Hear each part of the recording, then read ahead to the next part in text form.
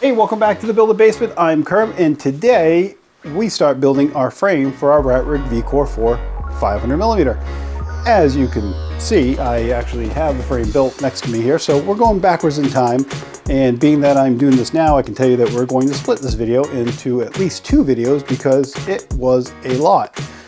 This first video, we're going to talk about, basically how to get these connectors in, what they are. Try to do it without using a hammer or mallet, whatever you want to say, because I've seen a lot of people doing that and it just makes me squeamish.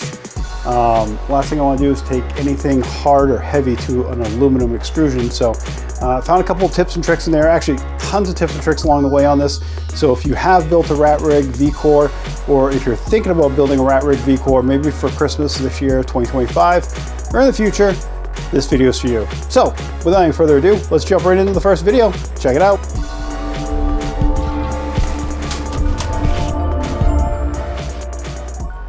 It's frame time. So before we get into this video very far, what we're going to do is we're going to look at the parts, pieces, the tools that we need to build this frame, including a hammer, which I'm hoping I don't need to use, but I've seen 2 other videos where people are actually whacking their frames together, which sounds totally crazy to me, but we'll find out, right? So let's jump over to the manual and see where we're at. Frame assembly, steps 57, section 1, all that good stuff. A little bit of information here about specifically the size of the frame and the adjustments that you make to the measurements that are in the manual when you go to build the frame. If you're building the frame that's not the normal standard size, it's a 500mm. So we're actually going to be adding 200mm to all things because it's going to be based on a 300mm frame build. So let's see here. Yeah, so strongly recommended to assemble the frame on a known flat surface, which we have here. This is my flat tile. I wish I had something slightly bigger, but this is 24 by 24. And really what matters is as long as we keep stuff on here when we do the corners on the flat parts of it. And we got a couple other tricks I can get into that'll help us out with that as well. Such as solid table, work surface similar, something carpeted floor, tile floor, other non-flat surface can cause unfinished frame to not be square. This causes issue of print quality and performance. When they say tile floor, carpeted floor, tile floor because of the grout lines and different tiles, we're working off of a single piece here. This is actually a half-inch piece of marble. This is a real piece here that I was able to pick up. And just by the fact that I can see the glare off of it, I know it's flat. It's I wouldn't say it's a mirror surface, but I can definitely see my reflection in it, and there's no waves or anything in it. I know this is flat. I can put my ruler on it, and I can't see the light underneath it. So I've used this before. Works pretty good. On top of that, we use tape measure, which is pretty common. So tape measure right here. If you're in the States, I suggest you get one that has both metric and your American figures on there. Empirical, I believe it's called. Anyways, get myself a nice ruler, again with both metric and my American numbers on here, or inches. And then we got, I got 2 sets actually of drivers here. I got my handheld, we'll call them lightweight drivers, and we're going to be using some big boys on this. So right there, that is a 3, 4, and 5. We're going to be using a 5, and I believe also a 4. Yep. So, and I also have my T-handle ones here. I really like these right here. I'll have these possibly. These are my Wiyas or Wihas, depends how you say it. I don't know how you say it. But what I like about these, and they are on Amazon, I'll put a link, or at least I'll try to put a link in the description, and maybe throw up a link here to my Amazon store that I have, because it does help out. But these are T-barred units, so basically you can grab them like this, use them like this, but you can also, if you look on the bottom side right here, if I show that on a close-up real quick, what you can see is they actually have it right here as well, and that actually allows you to use the full leverage of the whole piece here if you decide you need to do that, if you really need to get in something. And it does it across all the ranges, this right here being the 5, this being the 4. It also does it on the 3 and smaller. I don't know that I suggest using those very often on the 3 or smaller ones, just because you don't really need that much leverage for those parts. The ends of them are bald here on the long segment, square on the other. So those are pretty nice. What else? They want you to have an engineer square. So an engineer square is basically a square that tends to have a thick part and a thinner part. I'm gonna lose that. And will stand on its own like so. And a couple other things that you want to look for when you're looking for an engineering square, when you're building printers, and in general, at least my beliefs are in general, is you want one that basically has the edge here. It looks kind of like almost like a mistake, but this part does not extend beyond. It's actually recessed within here because this is a machined flat surface.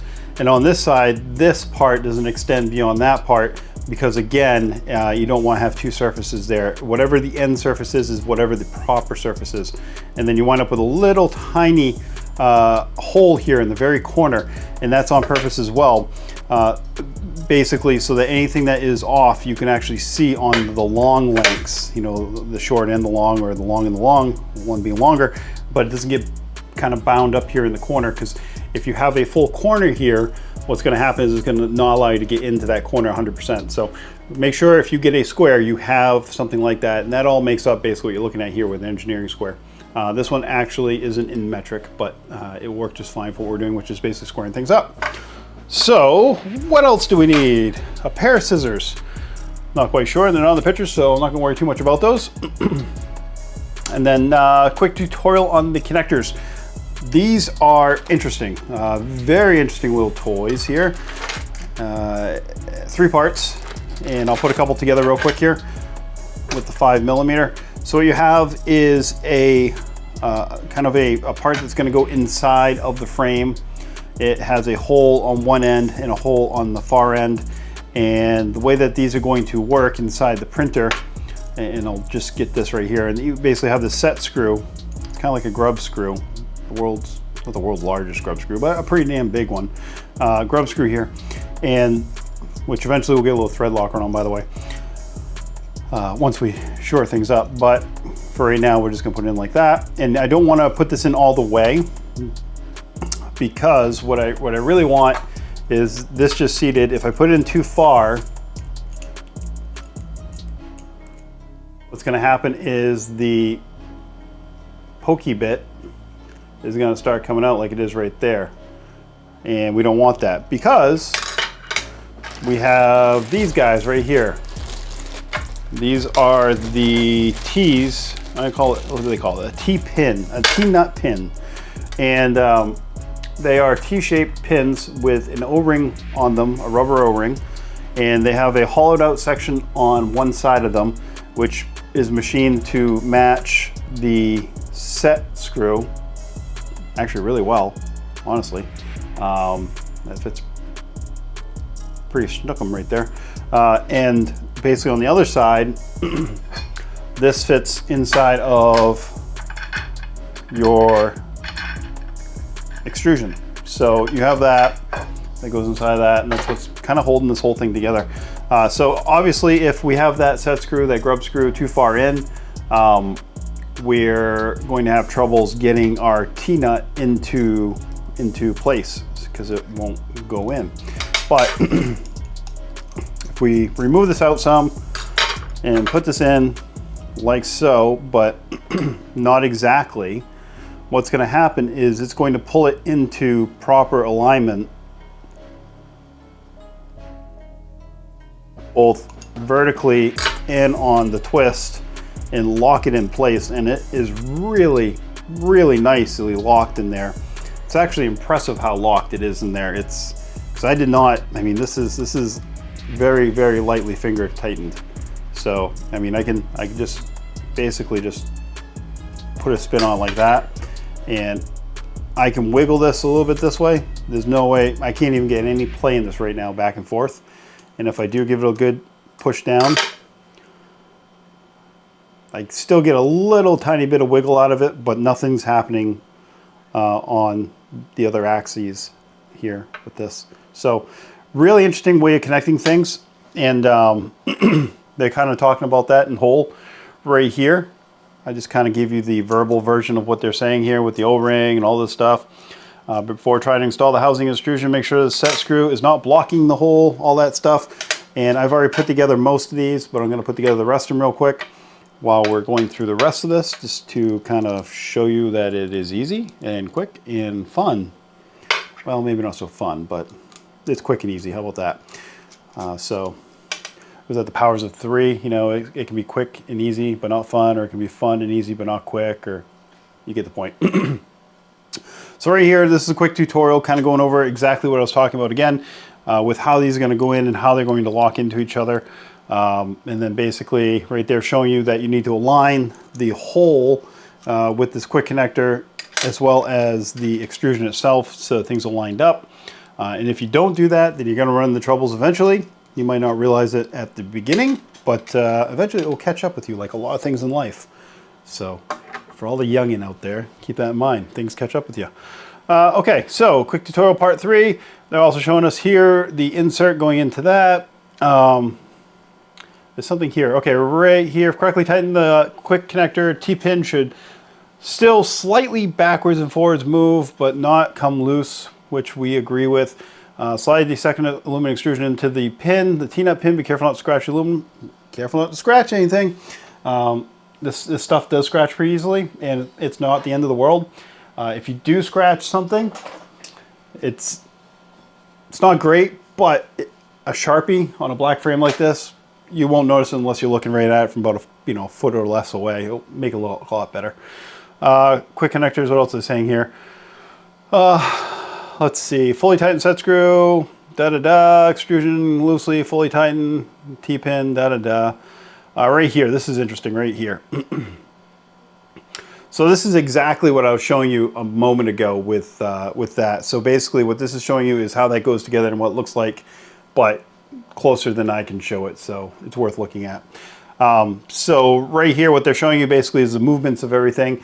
You know, you got your pin going in, you got your set screw coming into it, and then basically where that's going to interlock with that. And then in the pin, the cut that's in there is actually conical, it's not square.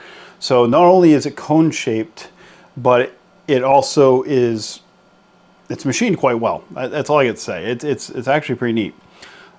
Really, I like this. I like how these go together. Unpacking aluminum extrusions, we've already done that. I've already unpacked my aluminum extrusions because nobody wants to watch me unpack aluminum extrusions. And we kind of did it a long time ago when I first got the kit as part of the opening of the box of these things. These extrusions are quite large. This one here is probably about 26 inches. This is one of the smallest ones. It is the smallest one, or is part of the smallest bunch here. And then we also have some big boys that don't even fit on camera unless I put them at an angle. And they almost reach the camera, which is, you know, a good 3, this is probably what, 1, 2, yeah, over 3 feet tall, probably 39 inches or so.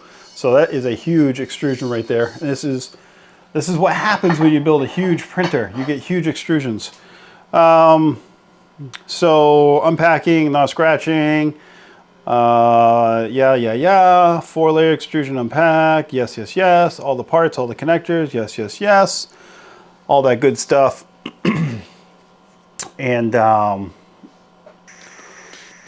really, you're not missing out here in this portion of the manual. I've saved you now approximately 25 minutes in reading a manual. So for that 25 minutes I saved you, if you can hit a like on this video, that'd be awesome. And actually, for a quick second, let me talk about that, because even if you aren't subscribed to the channel, which is fine, I totally I get it. Do hit like on this channel, on this particular video or any of these videos that you're watching, if you do like it at all. And here's the reason: is these types of videos don't get a lot of watching because it's kind of technical. It's not really fun. I'm not explaining something in 3 minutes. These are hours worth of build. And it takes time to video record these things. And quite frankly, I could build this printer in probably half the time if I wasn't recording my building of it. So every time somebody hits a like or anything like that, it helps the YouTube algorithm kind of like give it to more people so more people see it. And it makes it feel more worth its while to me. So if for anything you want to do for me, leave comments, because that also helps. Hit the like button, that helps. Subscribe's awesome too, but even if you don't want to subscribe because you're not really into this in whole, the other two things really help out. So if you could. All right, so preparing remaining extrusions in jig frame. When they say jig, they're talking about this guy right here. This is our jig. It's made of plastic. is fantastic, and it feels like it probably only has about 3, maybe 4 walls, but it came with the kit, so we're going to use it. I probably would have printed something a little bit more rigid, but hey, it's what they gave us. And they want us to find these parts. So I believe this is where we're starting. So if you're a billing machine that is different size at 100 millimeters list extrusion for the 400, 200 for the 500. Okay, in addition to extrusions prepared previous step, the extrusions are needed to assemble the frame. Okay. In addition to extrusions prepared in the previous step, we didn't prepare any extrusion previous step. We unpacked them. Come on. Get the wording right here. Come on. What we got? We got that. 1, 2, 3, 4. All right, let's grab these ones right here. So we need. All right. So we need to add 200 millimeters to each of these. And so that means we need 3 640, which are probably these guys. Let me see if I can get this on camera. 640 millimeters.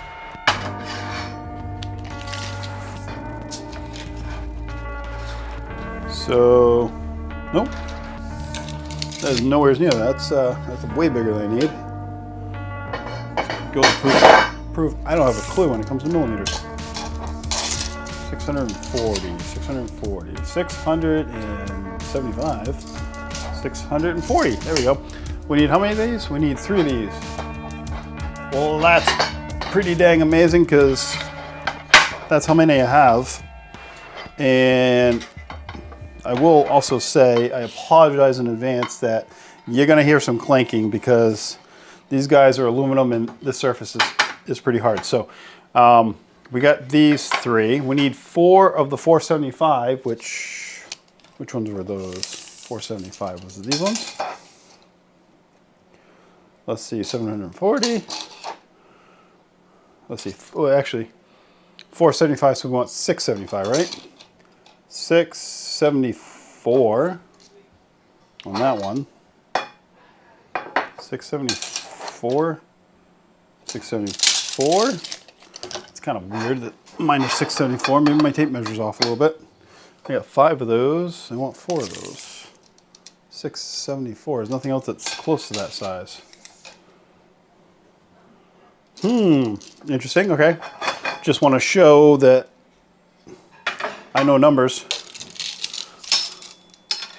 But according to my measurement here, this is 674, not 675.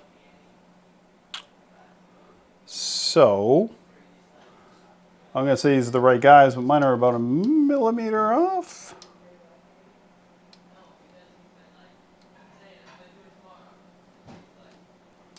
Actually, no, wait.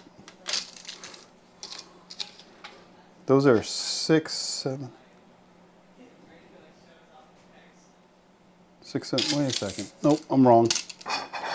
What are we looking at here? 675. There we go. I found them. These guys.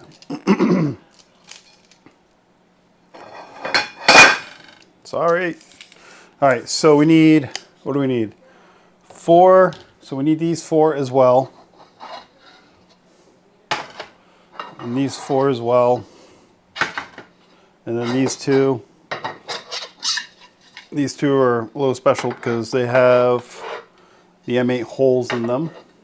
Right there and right there. Make sure the quick connector set screws are facing the same side as the counter bores for the M8 screws. And then 5 times T-slot, 330 milled extrusions, 540 millimeters. So we're looking at 740, which I believe are these guys. Oh, that'd be 900. There we go, 740. All right, so that's these 5 right here as well. That just leaves these 4 over here that you can't even see because they're off camera. All right, what are we doing here? We have those, and those. Install quick connectors into the extrusions. Okay, so this is our first step. And are we doing it to all of them? Or just some of them? Let's see. Install quick nighters into both ends of the following extrusion. So yeah, into the both ends of all these. Okay, so let's get our tees out. I got a feeling this is going to go together pretty quick. And then we're going to basically be pushing these into these. And then I have done a little research, and I was learning that if you have trouble pushing them in on one side, to simply go from the other side. And I think I had the right side the first time, but I just want to see what the difference is. And yeah, so trying to push them in this way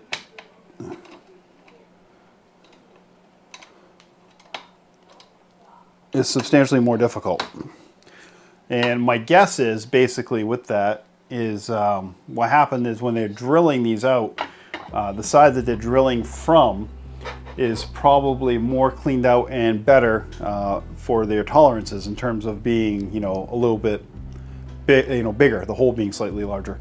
So when you're putting these in, if you're having trouble getting them in, as opposed to grabbing a hammer, check the other side and try to put them in that way too. So, you know, I might wind up grabbing a hammer eventually anyways, but for now, let's see if we can do it without a hammer. And I'm going to assume that these were both in the same direction when they drilled them, so let's see about that. And I also grabbed myself some 3-in-1 oil right here. This stuff, silicone tends to be pretty decent for everything, just in case I need a little extra something. So I want to make sure I try to get this in straight based on what they need. Yep. And then let's just try to push this in. Yeah, it's not horrible. We'll get those started. Okay. Again, trying to line this up just right. All right, and then get the other side too, because it says to do this both ends.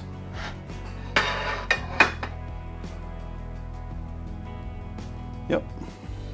And according to the drawing they have here on the screen, they are inserting them with the screw side on the side open with the M8, so that's why I'm doing it that way as well. So FYI, nothing to look out for if it wasn't already enough. And this one right here, what I'm more concerned about is pushing down too hard on this tile. So I'm going to put these on my desk directly, and I'm trying to figure out a good way to push these down that doesn't require me to use a hammer, because they are going to take some force, but I don't think you need a hammer per se. Yep, there we go. So if you lean into them, they go in.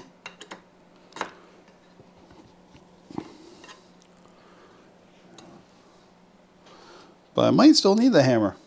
I mean, I got the hammer here. It's gonna be noisy if I do it. So what else can I do to make this less noisy and easier? What if, is that an M5 or an M4? That's an M4. If I use my T-bar.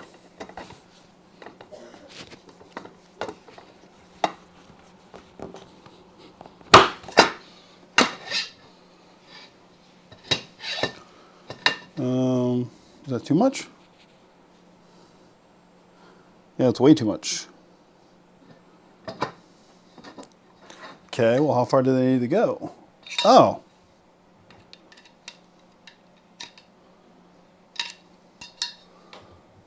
Oh. They don't need to go far in. They really Look at this one. They really just need to sit flush on the backside here. So when you're putting these in, on the backside, this one's in way too far. I pushed it in from this side. It actually just needs to sit flush. This part that's sticking out right now just needs to sit flush with the inside of that extrusion. So I'll fix this one. Or actually, I'll just show you the other one real quick. This one right here, where that is kind of sticking out like that, and it is recessed in there, is actually properly in there because that hole's right where I want it. So it's another thing to note right there is you don't really need to push them in that far. So let me see if I can push this one back now, which I could, I did. And I'm a little bit off here in direction.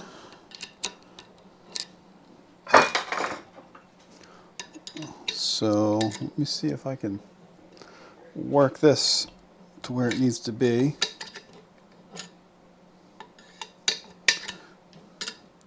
I'm not sure what the best way to do this is. This might be the hardest part about this, is lining these up.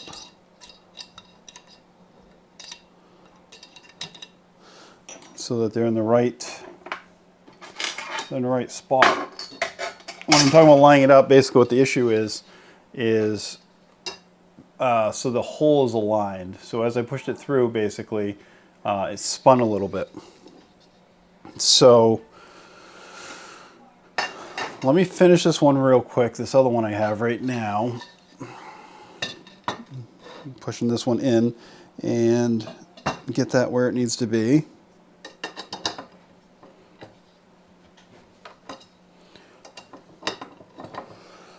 Right there. Yep. And that one's done. And then I think my best bet's going to be push this one out even a little bit further. I'm going to hold it over the edge of my desk like this, just so I can push it out. Because I don't see myself having a lot of luck twisting that right now. And I might have to push it out even further. And hopefully it doesn't just pop out. Like that. So let's go ahead and try that again. This time, really try to keep that hole aligned. So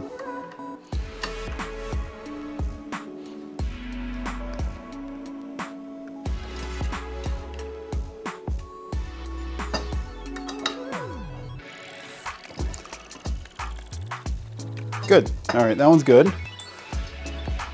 I'll get the other side here. Make sure it's aligned. Ooh, is it done?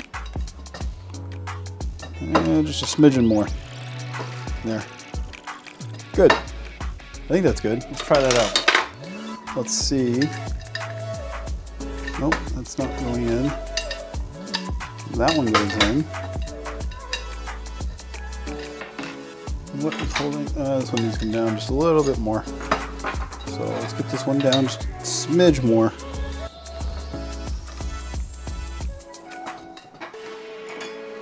Like that. There we go. That goes in. So I think these are all good. And basically what's happening is the inner, or I should say the outer, is flush with the top of the extrusion. This one's actually in maybe a little bit too far.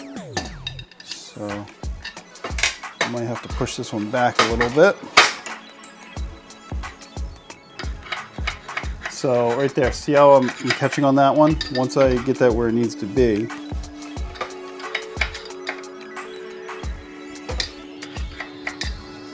I'd be willing to bet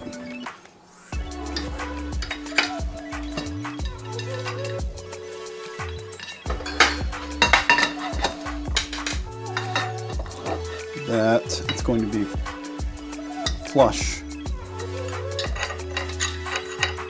Almost flush. Almost not enough. Try a little more. I'm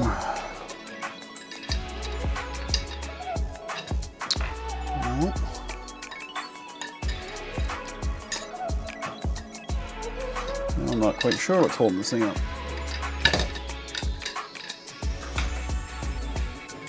I think it's a little twisted. All right, this one's good. We know that. Put that one aside. This one's gonna take a little bit more work. I'm gonna wind up pushing this back through again, just like I did in the other one.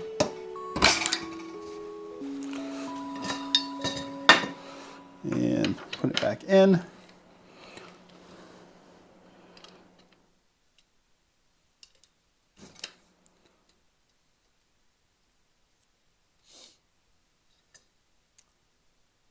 And I believe it twisted again. Yeah, it twisted again.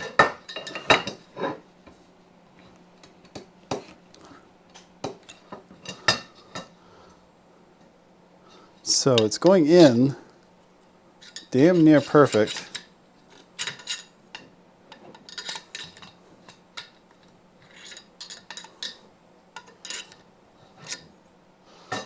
And then once it gets where it needs to be, it's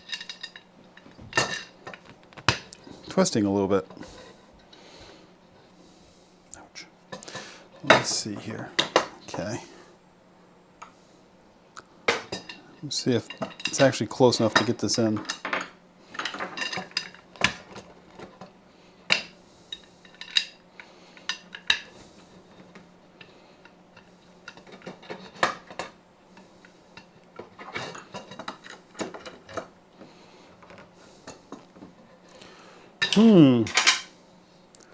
All right. I feel like I'm kind of battling things here a little bit.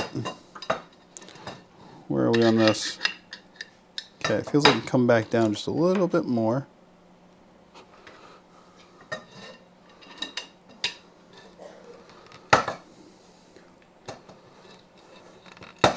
Wow.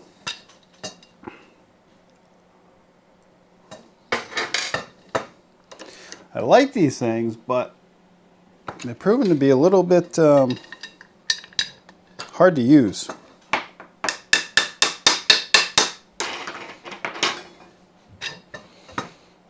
I think that'll work.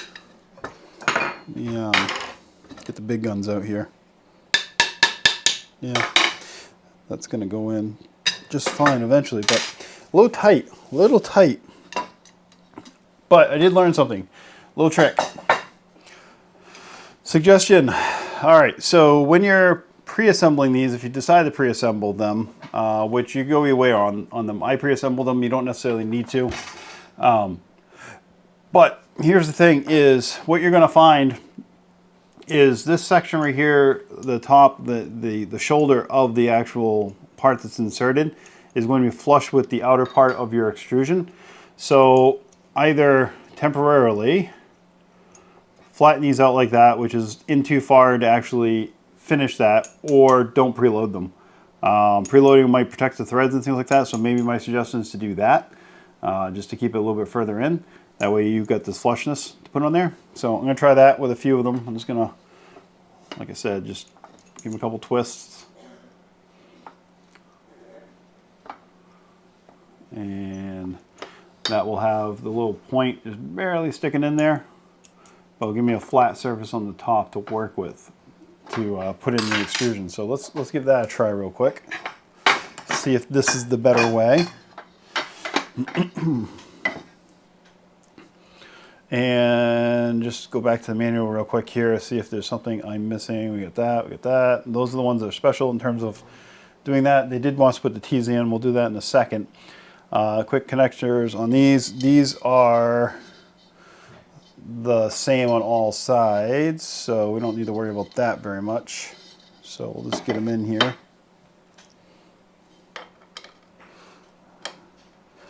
That feels a little tight.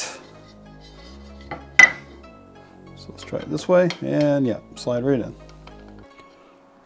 For better or worse. And then the other side here. About the only issue is keeping them from twisting when you put them in. And what would be nice, what I could do is, that's close.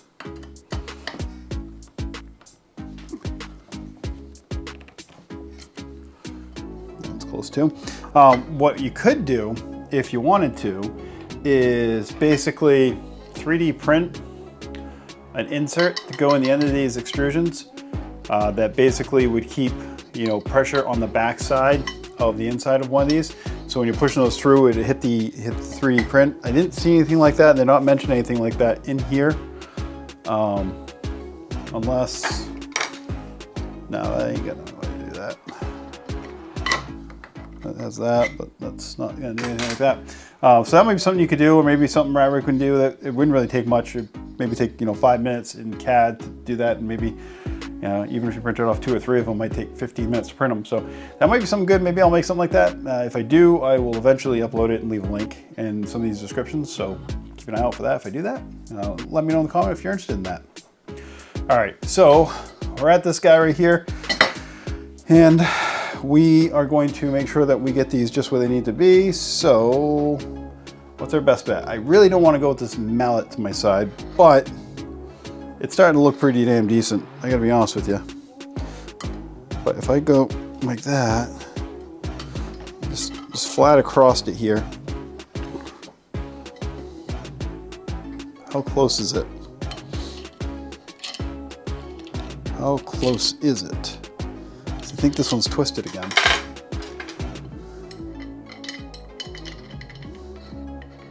Yeah. I'm pretty sure that one's twisted again. Not liking that. But hold up, wait a second.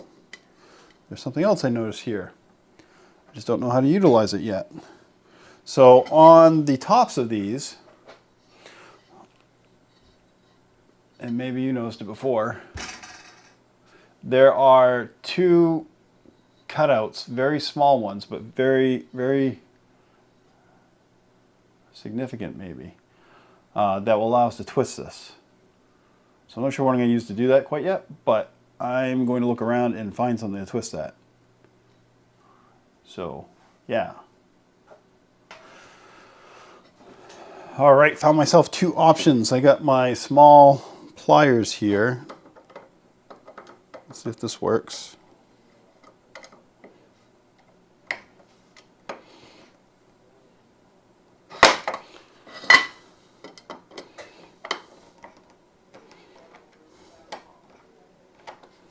Not so much. I got some little snips here that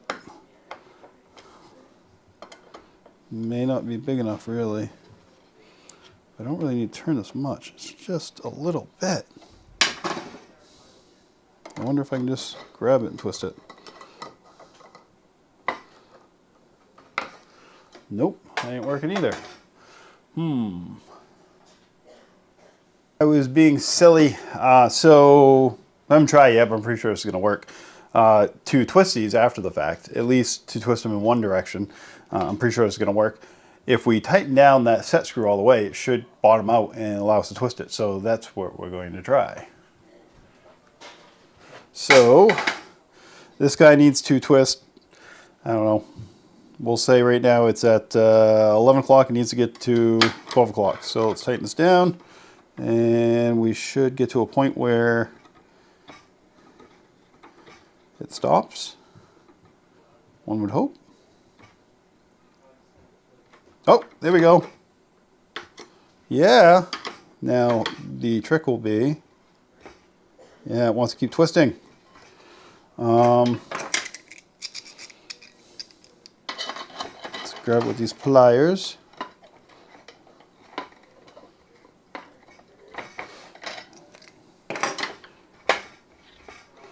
Bring this back up. And I think we'll be home free.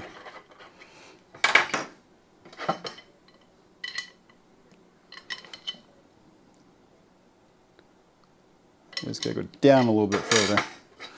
And we're gonna reach for the Thor hammer. Why not? Everybody else is doing it. And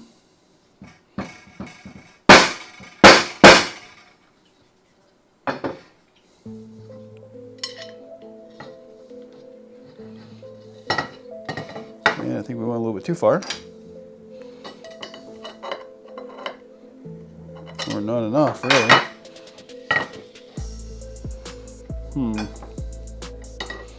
Still haven't gotten the trick of these yet.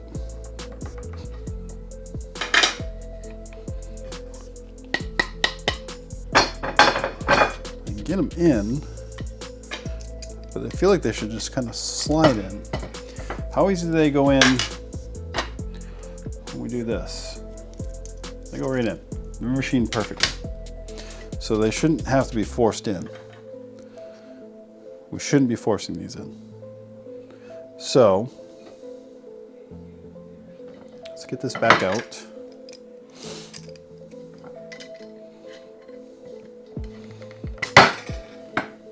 It wasn't horrible to get that out, but see, this is spun again a little bit, just a little bit.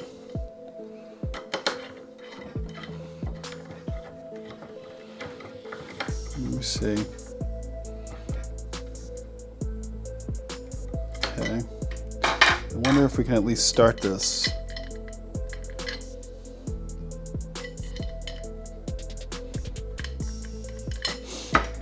Can't really do much when that's all the way in there. Let's go just a hair further than we need it. Like that. And hold it.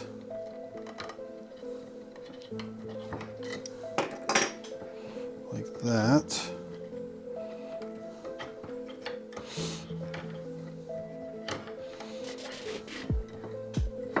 See, where else do you get such riveting action, right? All right, so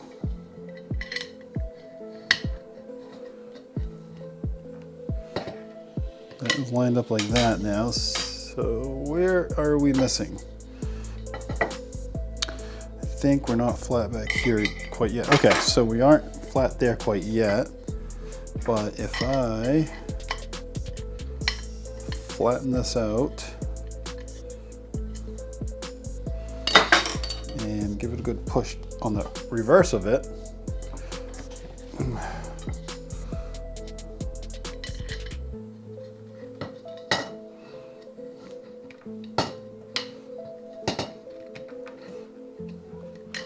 what does fully seated look like? Show me what fully seated looks like.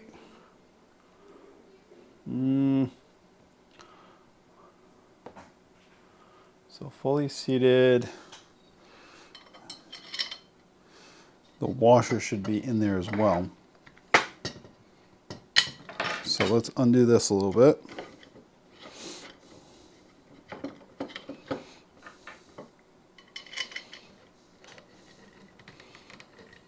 That's still not going in there. Why not? Now it looks like it's a little bit too far out. Doesn't feel like it though.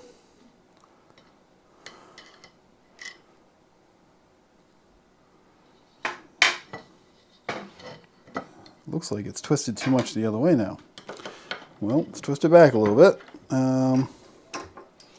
Let's see if I can twist it back just a little bit like this.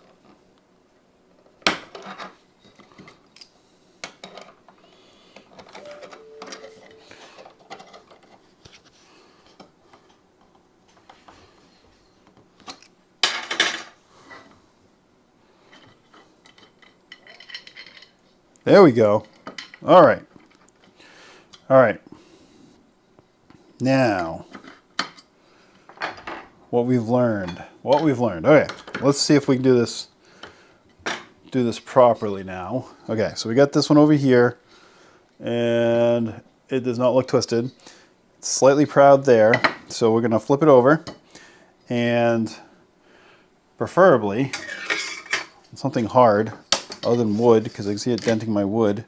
I'm gonna try pushing this down. So, like that. That feels pretty good. And then loosen this up.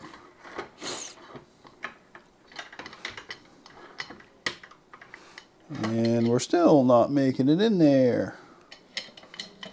Why not? I think I might have to go down just a little bit more, so I'm going to leave this a little bit proud.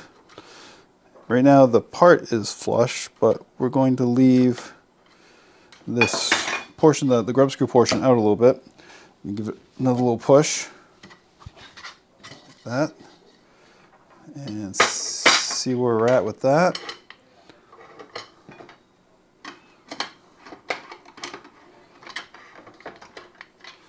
It still doesn't seem to be fitting in there perfectly. Why not?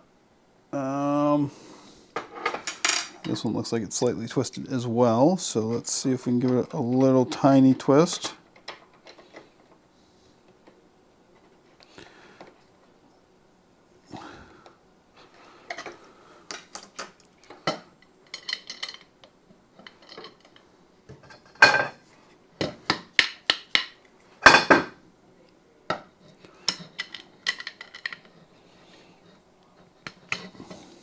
I think that'll work. Okay.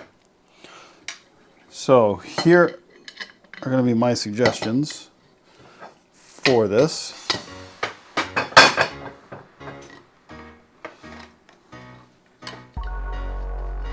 this one needs to go in just a little bit more.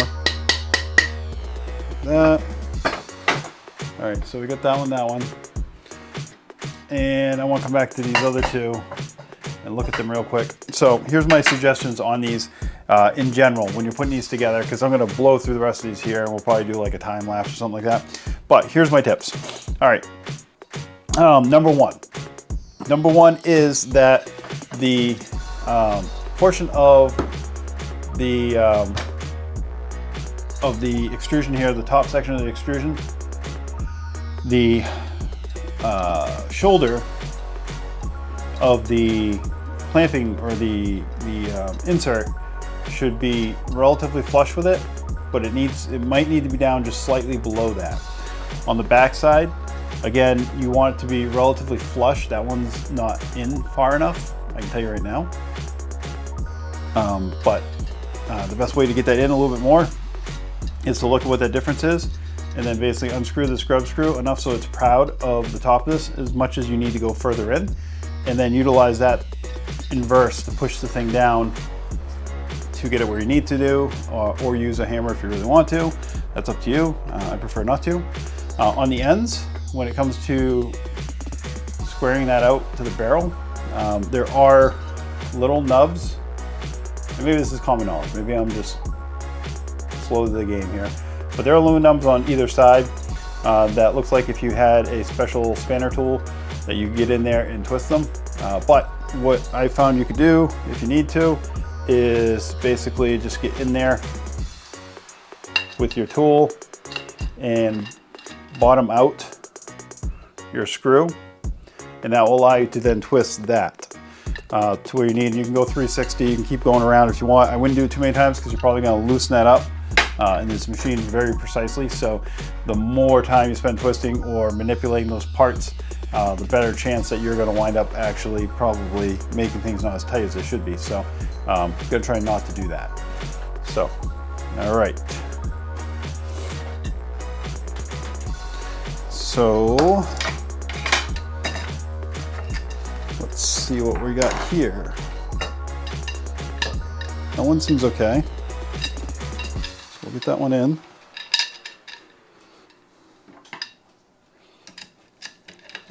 And actually, let's get this one in. So actually, let's tighten this up a little bit. See what happens here. Yep, it's drawing that in. Okay, so that one draws in properly. And I'll actually show you that real quick as well. So as you tighten this up, I'm going to loosen it here first. I'll loosen it and try to force this out a little bit.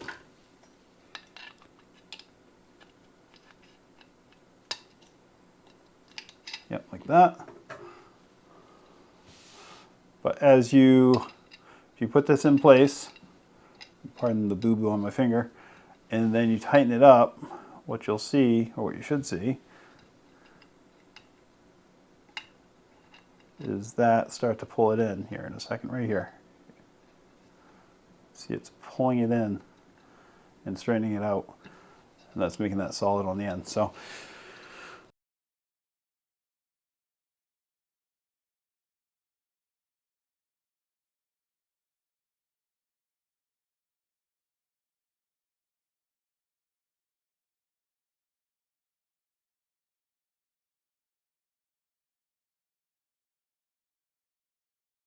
three-quarters of the way, something like that.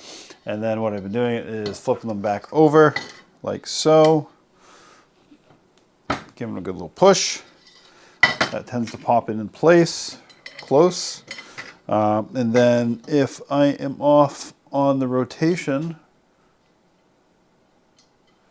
which sometimes hard to see on these where you're exactly off, but using those witness marks or whatever you want to call them there on a piece, you can sometimes twist them a little bit, grab them with a small pair of pliers. And if you're close, if you hold the pin while you're twisting it a little bit, you can kind of wiggle and feel where you're supposed to be. And once you're really close, which these witness marks are nowhere near on this one actually. And I can feel it almost stick now, so if I do want to give it a hit, once you get really close, I think it's, I don't think it's affecting things. I think it's just kind of pulling things into place. It seems to be working properly. Pulling these in place. At that point, seems to be good. On the other side, get this in here. Same way. Try to line it up the best you can before you put it in, which I honestly am not great at doing for some reason. But then flip it over, give it a push. No hammers required. And then that one seems to be going pretty good. All right, so there we go. And that is the last of those. Boom. Not too bad.